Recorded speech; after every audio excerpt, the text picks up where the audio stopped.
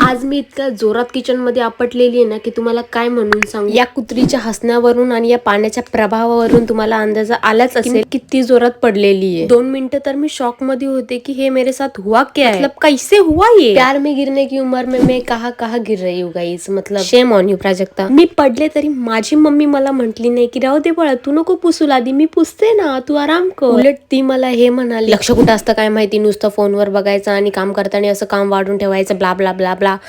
त्यानंतर आधी ठेवला मी चहा, कारण की तुम्हाला तर माहितीये मेरे हर दर्द का इलाज बस चाय। पण थोड्या वेळानं हा चहा माझ्यासाठी खूप धोकादायक ठरला, कारण मी बनवत होते गाजराचा हलवा आणि चुकून माझ्याकडून धक्का लागला आणि पूर्णच्या पूर्ण चहाचा टोप पालता। हे सगळं नकारार्थी गोष्टी माझ्यासोबत झाल्यानंतर मी एक पॉझिटिव्ह एनर्जी घ्यायला चालले होते इस्कॉन टेम्पलला। पण तेव्हा मला समजलं की माझ्या फेवरेट कुर्तीला मम्मीने डाग लावलेला आहे आणि माझा मूड इतका घाण झाला होता काय सांगू। म्हणजे आज मेरे साथ हो क्या रहा है, आज का दिन ही खराब है मेरे लिए, या मैं ही खराब हूँ। उसके बाद मैंने मेरे दिल को ये बोल के समझा लिया कि ऐसे बड़े बड़े शोरूम ऐसे छोटी छोटी बातें होती रहती मेरी सेनोरिटा। त्यानंतर मग मंदिरात गेले, दर्शन वगैरे घेतलं आणि घरी येण्यासाठी निघाले। आणि तुम्हाला तर माहिती बाहेर गेले तर मी काय खाणार नाही असं कसं होईल, म्हणून आम्ही सर्वांनी खाली पाणीपुरी, शेवपुरी आणि सुखापुरी। Bye bye.